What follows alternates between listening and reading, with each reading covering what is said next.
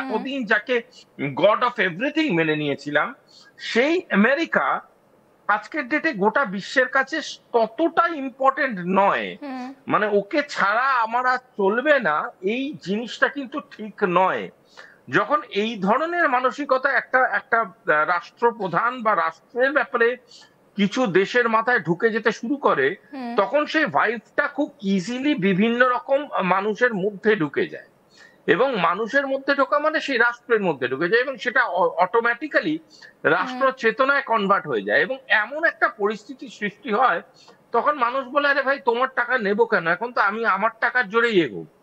এবং এই কথাগুলো ভাবতে ভাবতে ভাবতে ভাবতে যদি আমরা এই গোটা ব্যাপারটাকে অ্যানালাইসিস করি, তাহলে আমরা বুঝবো আজকে যখন অল্টারনেট কারেন্সির কথা বলছি, এটা কিন্তু ওয়ান ফন মর্নিং কেউ ঘুম থেকে উঠে বলেনি কালকে থেকে ডলারের জায়গায় অন্য কারেন্সি নিয়ে ভাবাও।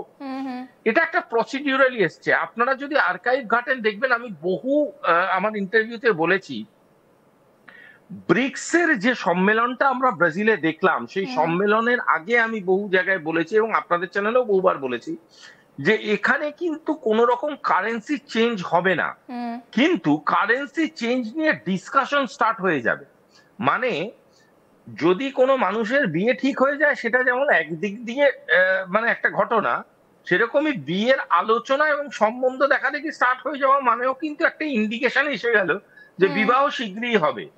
সুতরাং এই যে নিজেদের মধ্যে আলোচনার একটা একটা একটা পজিশন তৈরি করছে বিভিন্ন দেশগুলো, সেটার পিছনে নিশ্চয়ই কারণ আছে। দেখুন, আমেরিকা একা বুদ্ধিমান, বাকি কেউ বুদ্ধিমান না, এটা ভাবার কোনো কারণ নেই।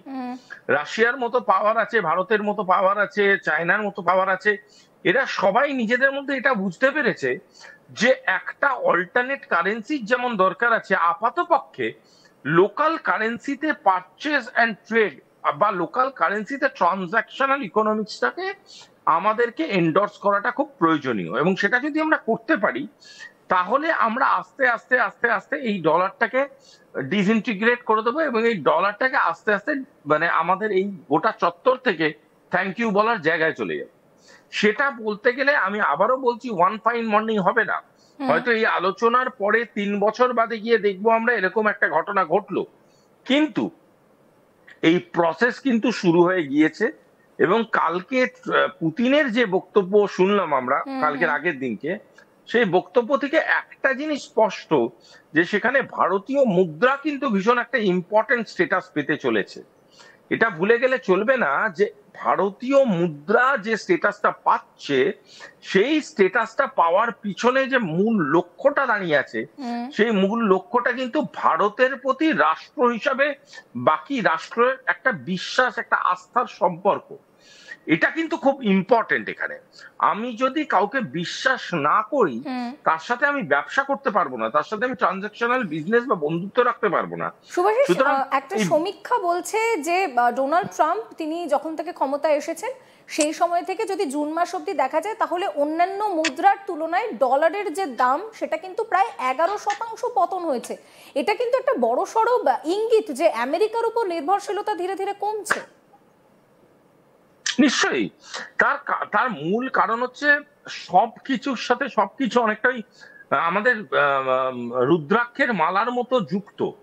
এরকম নয় যে মানে হঠাৎ করে কিছু হচ্ছে। আমি আবারও বলছি, কূটনীতি আর যাই হোক ম্যাজিক নয়, তো হঠাৎ করে কিছু হয় না। হয়তো খুব ইররিলেভেন্ট একটা মুভমেন্ট ঘটছে, একটা আমরা রুদ্রাক্ষের একটা অংশ জোগাড় করলাম, একটা সুতোর অংশ জোগাড় করলাম, আবার আরেকটা রুদ্রাক্ষের মালা মানে একটা বিড আনলাম, আবার আরেকটা বিড আনলাম, এবার এনে একটা একটা করে মালা আমরা জুড়ছি আর মাঝখান দিয়ে সুতোটা পাস করাচ্ছি। এইটা যখন হচ্ছে, এটা কিন্তু বিশ্বের বহু মানুষের কাছে খুবই ইররিলেভেন্ট একটা প্রক্রিয়া, কিন্তু যখন মালাটা গোটাটা গাঁথা হয়ে যাচ্ছে, তখন কিন্তু এটা একটা বিশাল সৃষ্টিশীল পদ্ধতির মাধ্যমে আমরা একটা এমন বড় অ্যাচিভমেন্ট করছি, যে অ্যাচিভমেন্টটা কিন্তু নন মানে নেগোশিয়েবল। সুতরাং আমরা এমন একটা প্রসেসকে এগিয়ে নিয়ে চলছি, যে প্রসেসটা অ্যাপারেন্টলি মনে হতেও পারে যে সেই প্রসেসটা এতদিন ধরে আমরা ধরতে পারছিলাম না। এখন আমরা বুঝতে পারছি যে বিশ্ব রাজনীতিতে এটা কতটা ইম্পর্টেন্ট একটা প্রভাব ফেলছে, এবং কতটা ইম্পর্টেন্ট সে প্রভাব হলে আজকে মানুষজনের মধ্যেই এই প্রভাবটা বিস্তার করতে বিভিন্ন রাষ্ট্র এগিয়ে আসছে, যে আমরা বলছি যে আগামী দিনে এইভাবে কারেন্সি হবে, আমরা বলছি আগামী দিনে আমেরিকার দাদাগিরি মারবো না, আমরা বলছি আগামী দিনে ট্রেড রুট পাল্টাবে, আমরা বলছি আমাদের সাথে কাদের কি কি কি বিষয়ক বাণিজ্য হবে। মোট কথা সব রাষ্ট্র আজকের ডেটে তিনটে শব্দকে ভীষণভাবে গুরুত্ব দিচ্ছে। একটা হচ্ছে কমিউনিকেশন, একটা হচ্ছে কোঅপারেশন, আরেকটা ভীষণ ইম্পর্টেন্ট শব্দ যেটাতে মানে খুব আমাদের জোর দেওয়া উচিত, সেটা হলো ব্রিজিং। ব্রিজ তৈরি করা, একে অপরের সাথে বাণিজ্যিক ব্রিজ হোক, সেটা কোনো রাষ্ট্রের কূটনৈতিক ব্রিজ হোক, কিন্তু এই ব্রিজিংটা তৈরি হচ্ছে। এই ব্রিজিং যখন প্রতিস্থাপিত হচ্ছে, এই ব্রিজিং কিন্তু গোটা মেথোডোলজিকে চেঞ্জ করছে এবং বারংবার আমাদের ভাবতে সাহায্য করছে যে আমরা অ্যাকচুয়ালি একটা মানে অনেক বৃহত্তর পরিবর্তনের দিকে এগিয়ে চলেছি। একেবারে শুভাশিস, আপনাকে একটু সঙ্গে রাখবো। এই মুহূর্তে দাঁড়িয়ে একদিকে যেরকম ভারতীয় যে টাকা সেটার যেরকম একটা দর বাড়ছে, পুতিন পরিষ্কার বলছেন যে বিকল্প হিসেবে ভারতীয় মুদ্রাকে ভাবা যেতে পারে। আরও একটা গুরুত্বপূর্ণ বিষয় হচ্ছে নরেন্দ্র মোদীর ওপরে পুতিনের ভরসা রাখা। ডিসেম্বর মাসে পুতিন ভারত সফরে আসেন এবং তার আগে তিনি পরিষ্কার সাংবাদিকদের মুখোমুখি হয়ে বলছেন যে তিনি অপেক্ষা করছেন জ্ঞানী বন্ধু মোদির সঙ্গে তার দেখা হবে। এই যে জ্ঞানী বন্ধু মোদি এবং পুতিন, তারা ডিসেম্বর মাসে বৈঠক করে ঠিক কি কি প্ল্যান করবেন, কিভাবে ডোনাল্ড ট্রাম্পকে আরও বেকায়দায় ফেলবেন, সেই সমস্ত বিষয় নিয়ে এবার আসুন নজর রাখবো সেই দিকে। এই মুহূর্তে দাঁড়িয়ে আমার সঙ্গে রয়েছেন আন্তর্জাতিক সম্পর্ক বিশেষজ্ঞ শুভাশিস ব্যানার্জি। শুভাশিস, আমরা দেখলাম যে নরেন্দ্র মোদীকে জ্ঞানী বন্ধু বলছেন পুতিন এবং তিনি কিন্তু অধীর আগ্রহে অপেক্ষা করছেন যে ডিসেম্বর মাসটা আসবে এবং তিনি ভারত সফরে আসবেন।